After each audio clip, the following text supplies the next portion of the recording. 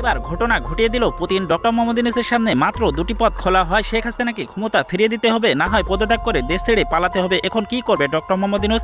বিস্তারিত আপনাদেরকে প্রমাণ সহকারে এই ভিডিওর মাধ্যমে দেখিয়ে দেব। না টেনে ভিডিওটি শেষ পর্যন্ত দেখতে থাকুন। এখন ডক্টরদের কাছে অপশন দুইটা, হয়তো আওয়ামী লীগকে বাংলাদেশে রাজনীতি করতে দিতে হবে, তা না হলে রাতের অন্ধকারে বিদেশ পালিয়ে দিতে হবে, এবং কোন দেশে পালাচ্ছে কেউ যাতে না জানে। শেখ হাসিনা এটা বুঝতে পেরে এবং এটা দেখে দিল্লিতে বসে বসে হাসছে আর মজা নিচ্ছে যে ডক্টরদের সময় আর বেশি দিন নেই। এত প্রভাব দেখিয়ে, এত ম্যাজিক দেখিয়ে তবুও লাভ হলো না। শোনা যাচ্ছে পুতিনের রাশিয়া নাকি শেখ হাসিনাকে ক্ষমতায় ফিরিয়ে আনতে সর্বোচ্চটুকু করবেন। সূত্র বলছে শেখ হাসিনাকে পুনরায় ক্ষমতায় ফেরত আনতে রাশিয়া মাঠে থেকে কাজ করবে, সাথে ভারত তো রয়েছেই। সরকারের জাতীয় নিরাপত্তা উপদেষ্টা ডক্টর খলিলুর রহমানকে অনেকেই সন্দেহের চোখে দেখেন, রহস্যের চোখে দেখেন। সেই ডক্টর খলিলুর রহমান হঠাৎ করে কেন ওয়াশিংটন গেলেন? মেজর জেনারেল বিশিষ্ট উপদেষ্টা খলিল্লা নাকি যাইতেছেন আমেরিকাতে, কিন্তু আসলে না, খলিল্লাকে সরাসরি ডাকাইছে, কারণ খলিল্লা অলরেডি 3 দিন যাবত দুবাই বসে রয়েছে। সেখান থেকে তারে ডাকানো হয়েছে যে তুমি এদিকে আসো পাপা, তোমার সাথে কথা বলবো। তো পাগলা চোদা মানুষ জানেনি, ভেনেজুয়েলার প্রেসিডেন্ট তুলে লইয়া গেছে, ওই গ্রিনল্যান্ড এখন খাইয়া দিব কইতেছে। এর কথা হচ্ছে ভাই আমি যেটা কই এটা ব্যবসা সব আমার লয় করবো, তোমরা অন্য কোনো দেশের লয় করতে না। এটাই হচ্ছে মূল কথা। সেটা আজকে কথাটা না বললো 2 দিন পর হইলো এই রিপোর্টটা পাবে। আসসালামু আলাইকুম দর্শক, সিগন্যাল বিডি চ্যানেলের নতুন একটি গুরুত্বপূর্ণ নিউজ ভিডিও নিয়ে আপনাদের মাঝে হাজির হলাম। প্রিয় দর্শক, বাংলাদেশের বর্তমান রাজনৈতিক প্রেক্ষাপট জানতে যারা এই ভিডিওটিতে ক্লিক করেছেন তাদের সবাইকে বলবো আপনারা ধৈর্য সহকারে পুরো ভিডিওটি দেখতে থাকুন, কারণ এই ভিডিওটিতে এমন কিছু তথ্য শেয়ার করা হয়েছে যা জানলে আপনারা অবাক হয়ে যাবেন। প্রিয় দর্শক, ইতিমধ্যে আপনারা অনেকগুলো ভিডিওর অংশবিশেষ দেখে নিয়েছেন এবং আশা করি দেখে বুঝতে পেরেছেন আজকের ভিডিওটি কতটি গুরুত্বপূর্ণ এবং আকর্ষণীয় হতে চলেছে। তাই বলছি প্রিয় দর্শক, সবাই ধৈর্য সহকারে পুরো ভিডিওটি দেখবেন। এখনো যারা আমাদের চ্যানেলটি সাবস্ক্রাইব করেননি তাদের সবাইকে বলবো আমাদের চ্যানেলটি সাবস্ক্রাইব করে পাশে থাকা বেল আইকনটি অন করে দিবেন। আর যারা ইতিমধ্যে সাবস্ক্রাইব করেছেন তাদেরকে অসংখ্য ধন্যবাদ। তো প্রিয় দর্শক, চলুন আর কথা বাড়াবো না, একটি লাইক দিয়ে মূল ভিডিওতে যাও যাক। আমেরিকা চায় দক্ষিণ এশিয়া চীনের প্রভাব কমাতে এবং ভারতকে তাদের পুরোপুরি নিয়ন্ত্রণে আনতে, কিন্তু ভারত তার কৌশলগত স্বকীয়তা বজায় রেখে চলছে। আর এখানেই পুতিনের এন্ট্রি, এবং ভারত পুতিনকে রাজস্বিকভাবে বরণ করে আমেরিকাকে বার্তা দিল যে তুমি চাইলেই তোমার নিয়ন্ত্রণে ভারত যাবে না। রাশিয়া এবং ভারত কোনোভাবেই চায় না তাদের দীর্ঘদিনের প্রভাবের এই অঞ্চলে আমেরিকা জেকে বসুক, আর চীন তাদের নিজেদের স্বার্থেই রাশিয়া ভারতের সাথে যুক্ত হবে। ঠিক এই জায়গাতেই রাশিয়া এবং ভারতের প্রয়োজন বাংলাদেশে শেখ হাসিনাকে। দেখুন, বাংলাদেশের রূপপুর পারমাণবিক বিদ্যুৎ কেন্দ্রে রাশিয়ার রয়েছে বিশাল বিনিয়োগ, যে কাজ প্রায় 90% সম্পূর্ণ হয়ে গেছে। আর বাকি 10% কাজ হলে সেখান থেকে রাশিয়া এবং বাংলাদেশ তাদের নিজ নিজ লাভ উঠাতে পারবে। আর এজন্যই চাই স্থিতিশীল বাংলাদেশ। আর ঠিক এই পয়েন্টটি ছিল পুতিন শেখ হাসিনা বৈঠকের মূল পয়েন্ট। সূত্র বলছে শেখ হাসিনাকে পুনরায় ক্ষমতায় ফেরত আনতে রাশিয়া মাঠে থেকে কাজ করবে, সাথে ভারত তো রয়েছেই। পুতিনের এই সফর এবং ভারতের সঙ্গে ঘনিষ্ঠতা যে আমেরিকার সেই এশিয়ান ন্যাটো বা এই অঞ্চলে একক আধিপত্য বিস্তারের স্বপ্নের পথে একটি বড় ধাক্কা, তা নির্দ্বিধায় বলা যায়। আমি তো আর ভবিষ্যৎ দ্রষ্টা নই, তবে আমি আমার ক্ষুদ্র জ্ঞানে বলতে পারি যে আমেরিকা আর কোনো বিরোধিতা না করে রাশিয়া ভারতের দিকে ঝুঁকবে, অর্থাৎ ঝুঁকতে বাধ্য হবে। এই সমগ্র ঘটনা আমাদের ফিরিয়ে নিয়ে যায় 1971-এর স্মৃতিতে। 1971 সালে বাংলাদেশের মুক্তিযুদ্ধের সময় যখন আমেরিকা তাদের 7ম নৌবহর পাঠিয়েছিল, তখন কিন্তু এই রাশিয়ায় আমাদের রক্ষা করতে ঢাল হয়ে দাঁড়িয়েছিল। সেদিন যদি রাশিয়া এসে আমেরিকার সামনে না দাঁড়াতো এবং সামরিকভাবে হস্তক্ষেপ না করত, তবে বাংলাদেশের স্বাধীনতা হয়তো অনেক কঠিন হতো। সেই কৃতজ্ঞতা বোধ থেকে বাংলাদেশ, ভারত এবং রাশিয়ার মধ্যে একটি আত্মার বন্ধন রয়ে গেছে। আজকের দিনেও যখন আমেরিকা মানবাধিকার বা গণতন্ত্রের দোহাই দিয়ে এই অঞ্চলের রাজনীতিতে হস্তক্ষেপ করতে চায়, তখন পুরনো সেই স্মৃতিগুলো আমাদের ভবিষ্যতের আশাকে বাঁচিয়ে রাখে। যে বাংলাদেশ কিনতে যাচ্ছে পাকিস্তান থেকে চীনের তৈরি বিশেষ যুদ্ধ বিমান, এই হচ্ছে যে গতকালকের আসলে মূল কাহিনী বা চিত্রনাট্য, আপনারা যেটাই বলেন, যে এই হচ্ছে যে মূলত অবস্থা গতকাল সারা দিন সারা রাতে। তো আমাদের এই বিমান বাহিনী প্রধান অলরেডি পাকিস্তানে আছেন এবং উনি ওখান থেকে JF-17 যুদ্ধ বিমান কেনার জন্য একটা কথাবার্তা বলছেন, হয়তো চুক্তিও হয়ে গেছে বা হবে, এরকম কিছু একটা আছে। এর ভিতরে আমি আপনাদের 3-4টা ভিডিওর আগে একবার বলেছিলাম যে তারেক জিয়া হয়তো নেক্সট টার্গেট। তখন অনেকে আমাকে বলেছে, "ভাই তারেক জি, আপনি নেক্সট টার্গেট কিভাবে বললেন?" দেখেন, 5ই আগস্টের পর ব্যাপক হত্যা নির্যাতন চলেছে আওয়ামী লীগের উপরে। নির্যাতন করতে করতে এক পর্যায়ে এখন আর ইলেকশনও করতে দিবেন, সবকিছু শেষ, অলরেডি নমিনেশন এই সেই হয়ে গেছে। এখন নমিনেশন জাস্ট বাছাই পর্ব শেষ হচ্ছে, ইলেকশন হবে 12 তারিখ। যদি আমি বিশ্বাস করি না ইলেকশন হবে বলে, এবং আমার মতো অনেকেই বিশ্বাস করেন না। তারপরে ইলেকশনের সবকিছু চলছে। তো এর ভিতরে আপনি জামাতের যদি একটু কিছু খেয়াল করেন, তাহলে দেখবেন যে জামাতে ইসলাম প্রথমে নিজেরা করবে, 300 আসনে প্রার্থী দিবে, এরপর আবার এনসিপি নিল, এনসিপির বলা হলো যে 30টা আসন দিবে।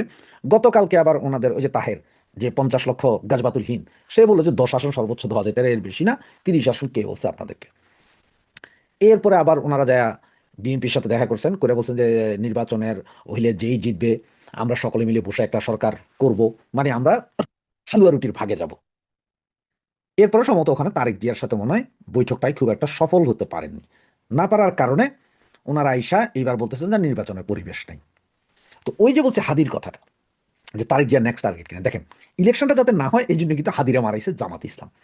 যে হাদিকে প্রথমে ওরাই বানাইছে এইরকম প্রমিনেন্ট ফিগারের মতো, যে সাউয়া মোহাম্মদ চিরাফেল, যেইখানে অমুক তমুক, টিনের সালে কাউয়া, তারেক আমার, ডট ডট, এগুলো বইলে টেলে হাদিকে এমন এক লাইমলাইটে আনছে যে হাদি হচ্ছে যে পৃথিবীর সারা ভারত বিদ্বেষী। তারে ফালাই দিলে ভারত বিদ্বেষীতে উস্কাই দেওয়া যাবে, তারে ফালাই দিলে আন্দোলন চলবে। এখন কইতেছে আজকে 23 দিন হয়ে গেল, এখন হাদি হত্যার বিচার হইল না, ইলেকশন হইতে পারবে না, শাহবাগ দখল, এই সেই। তো পৃথিবীর কোন জায়গায় 23 দিনে বা ইয়ে হয় কি হত্যার বিচার হয়, বা হত্যাকারী ধরা যায়, কিন্তু হত্যার বিচার এটা কই? আর হত্যাকারী তো জামাতই করছে হত্যা। ভিতরে জামাত নিজের কাছে লুকিয়ে রাখছে, এখানে কার কি করার আছে?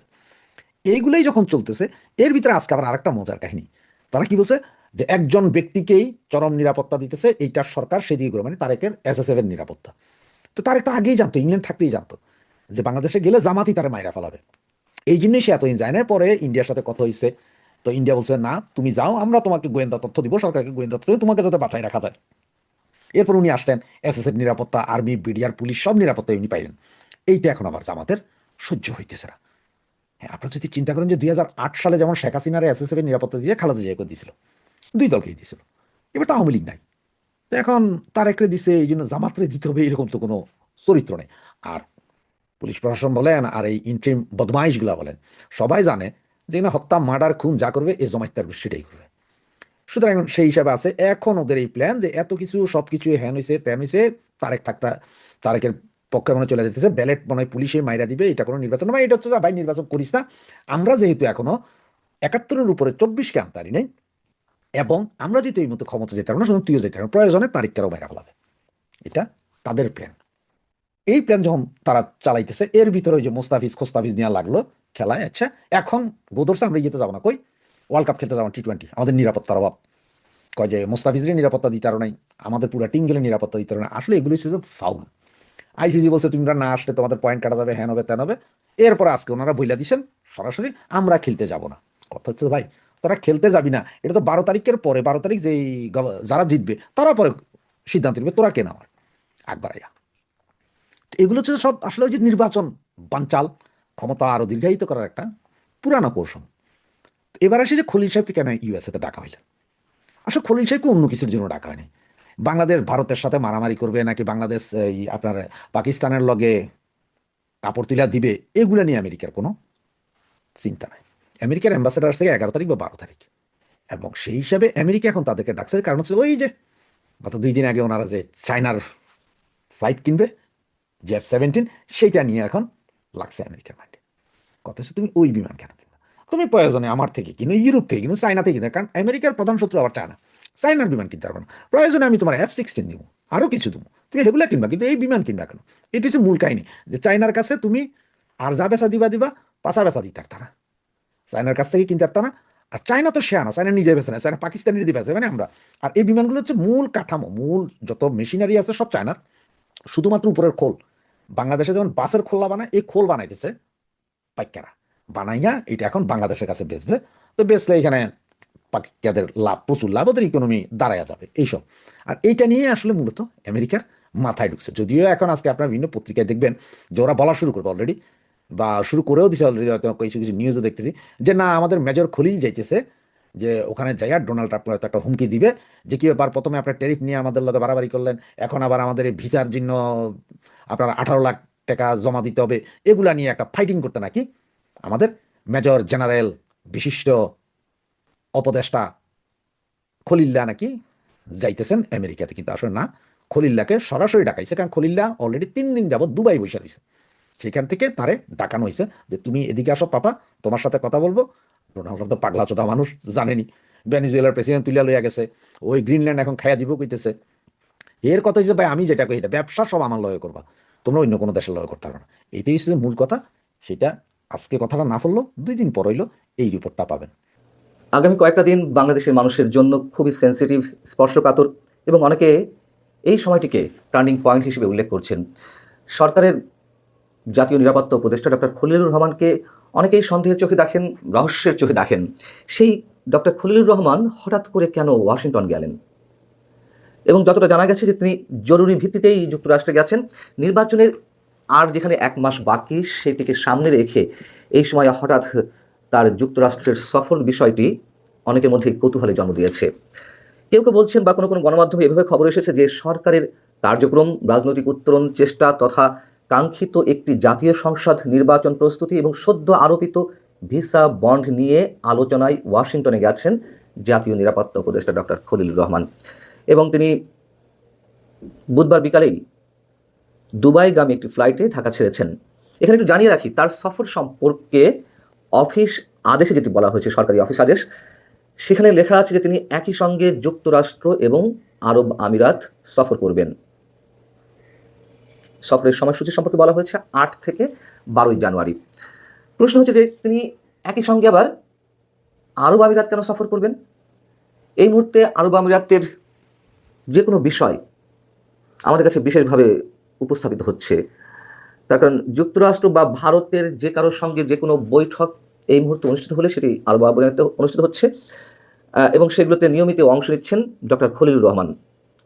আবার একটু খেয়াল রাখার বিষয়, বাংলাদেশে নিযুক্ত যুক্তরাষ্ট্রের নতুন রাষ্ট্রদূত ব্রেন্ট ক্রিস্টেনসেন তিনি ঢাকায় আসছেন আগামী 12 জানুয়ারি। বাংলাদেশে বহুল আলোচিত, তুমুলভাবে সমালোচিত সাবেক মার্কিন রাষ্ট্রদূত পিটার হাসের পর দীর্ঘদিন চলে গেছে। তারপর কিন্তু যুক্তরাষ্ট্র তার দূত হিসেবে পাঠাচ্ছে ব্রেন্ট ক্রিস্টেনসেনকে।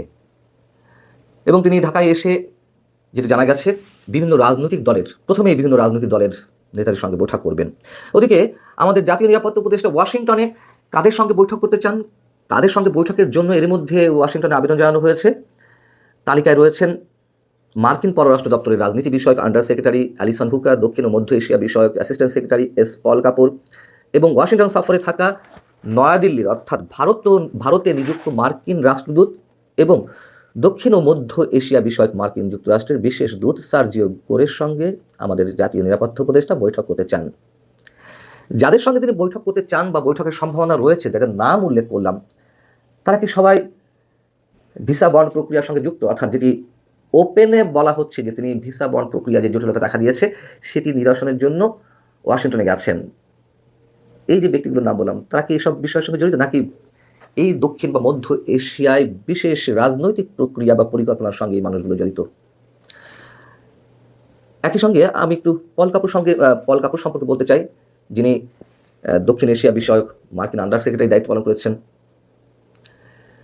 তার জায়গায় স্থলাভিষিক্ত হয়েছেন পল কাপুর। এই পল কাপুর দক্ষিণ এশিয়ায় বিশেষ করে পাকিস্তানের জঙ্গিবাদ বিষয়ে যথেষ্ট গবেষণা করেছেন, যথেষ্ট পড়াশোনা তার, এটুকুই ইঙ্গিত দিয়ে রাখলাম। এখন ভিসা বন্ডের তালিকায় বাংলাদেশের নাম যুক্ত হয়েছে, এটি খুবই একটা দুশ্চিন্তার বিষয় বাংলাদেশের মানুষের জন্য। ভিসা বন্ড সম্পর্কে একটু বলে রাখি, তারপর আবার ডক্টর খলিলুর রহমান সম্পর্কে আসছি। ভিসা বন্ড হলো এক ধরনের আর্থিক নিশ্চয়তা। আপনারা এর মধ্যে জেনে গেছেন, যারা এই বিষয়ে এর মধ্যে আগ্রহী হয়ে উঠেছেন। কিছু নির্দিষ্ট কিছু দেশের ক্ষেত্রে বিদেশি নাগরিকদের সাময়িক ভিসা দেওয়ার আগে এমন জামানত বা নিশ্চয়তার কথা বলা হচ্ছে, যেন তারা ভিসার শর্ত, বিশেষ করে যে কয়দিনে ভিসা পাওয়া যায় তার সময়সীমা মেনে চলতে পারেন যে কেউ। এবং প্রতি বছর যুক্তরাষ্ট্র বাংলাদেশের হাজারো শিক্ষার্থী কিংবা পর্যটক এবং কর্মীকে অস্থায়ী নন ইমিগ্রেন্ট ভিসা দেয়। এসব ভিসার মেয়াদ কয়েক সপ্তাহ থেকে কয়েক বছর হতে পারে, শুধু বাংলাদেশ নয়, আমি অন্য দেশের ক্ষেত্রেও বলছি। তো কোনো নন ইমিগ্রেন্ট ভিসাদারী অনুমোদিত সময়ের চেয়ে যদি বেশি সময় যুক্তরাষ্ট্রে থাকেন, সেটিকে ওভারস্টে হিসেবে চিহ্নিত করা হয় এবং এই আওতায় যারা পড়বেন তাদেরকে ওই জামানতের টাকা জরিমানা হিসেবে দিতে হবে বা কেটে রাখা হবে। তো কোন মুহূর্তে বাংলাদেশের নাম এই তালিকায় ঢুকলো? যখন কিনা বাংলাদেশ সহ বিভিন্ন রাষ্ট্রের উপর যুক্তরাষ্ট্রের যে অতিরিক্ত শুল্ক আরোপ করা হয়েছে, সেই বিষয়টি সমাধান হয়নি, এখনো পর্যন্ত ঝুলে রয়েছে। তারপরই আবার এলো ভিসা বন্ডের বিষয়টি, এবং ভিসা বন্ড তালিকায় বাংলাদেশের নাম আসতে পারে এটি কিন্তু আগে থেকেই বাংলাদেশ সরকার জানতো। প্রশ্ন হচ্ছে ডক্টর খলিলুর রহমান যে এতটাই পারদর্শী সরকারের পক্ষ থেকে উপস্থাপন করা হয়, এটি তিনি কেন আগে থেকে বন্ধ করতে পারলেন না? কি উদ্যোগ নিয়েছিলেন তিনি? এবং একই সঙ্গে প্রশ্ন যে এত পরিকর্মা লোক বিদেশ থেকে ভাড়া করা আনা হলো, মার্কিন নাগরিক, তার যুক্তরাষ্ট্রের পাসপোর্ট রয়েছে, সেই ব্যক্তি গত 15-16 মাসে কি করতে পেরেছেন? ঢোল তো পেটানো হচ্ছিল সরকারের পক্ষ থেকে, সরকারের প্রেস উইংয়ের পক্ষ থেকে, যে রোহিঙ্গাদের সব নাকি ফিরিয়ে দেওয়া হবে, বাংলাদেশ থেকে সব খালি করে দেওয়া হবে। কি করেছে? আর শুল্ক আরোপের বিষয়টি তো বললাম যে এখনো ঝুলে আছে। এবার শেষ করবো যে এই যে ভিসা বন্ড তালিকায় আর কোন কোন রাষ্ট্রের নাম রয়েছে, শুধু খেয়াল করুন যে আমরা কোথায় অবস্থান করছি, যুক্তরাষ্ট্রের কাছে। এবং এই সরকারের সময় যেখানে ডক্টর মোহাম্মদ ইউনূস নাকি সারা বিশ্বের সব বড় বড় মানুষের সঙ্গে, রাষ্ট্রপ্রধান, সরকার প্রধান, সব বিশিষ্ট ব্যক্তির সঙ্গে তার বোঝাপড়া উঠাপড়া, তিনি এলে কি না কি হয়ে যাবে এমনটা মনে করা হয়েছিল। 38টি দেশ এখনো পর্যন্ত এই তালিকায় অন্তর্ভুক্ত হয়েছে, যার মধ্যে বাংলাদেশে রয়েছে। এই তালিকায় আর কারা রয়েছে? Algeria, Angola, Antigua and Barbuda, Benin, Bhutan, Botswana, Burundi, Cape Verde, মধ্য আফ্রিকা প্রজাতন্ত্র, Ivory Coast, Cuba, Djibouti, Dominica, Fiji, Gabon, Gambia, Guinea, Kyrgyzstan, Malawi, Mauritania, Senegal, এরকম আরো কিছু রাষ্ট্র। বোঝা যাচ্ছে যে কোন তালিকায় আমরা পড়েছি। সবশেষ প্রশ্ন হচ্ছে যে আসলে কেন গেছেন ডক্টর খলিলুর রহমান এই মুহূর্তে যুক্তরাষ্ট্রে? কিসের বোঝাপড়া করতে গেছেন? কি বার্তা নিয়ে তিনি ফিরবেন ডক্টর ইউনূসের কাছে? কি পরিকল্পনা রয়েছে আগামী নির্বাচন নিয়ে? যুক্তরাষ্ট্র বা কি সবক দিয়ে পাঠাবে ডক্টর খলিলুর রহমানকে? প্রিয় দর্শক, ইতিমধ্যে আপনারা আমাদের পুরো ভিডিওটি দেখেছেন। ভিডিওটি দেখে কি জানলেন এবং বুঝলেন, অবশ্যই আপনাদের মূল্যবান মতামতটি আমাদের কমেন্ট বক্সে জানাতে ভুলবেন না। এখনো যারা আমাদের চ্যানেলটি সাবস্ক্রাইব করেননি তাদের সবাইকে বলবো আমাদের চ্যানেলটি সাবস্ক্রাইব করে পাশে থাকা বেল আইকনটি অন করে দিবেন এরকম নিত্য নতুন প্রতিদিন গরম গরম নিউজ আপডেট পেতে। ধন্যবাদ সবাইকে।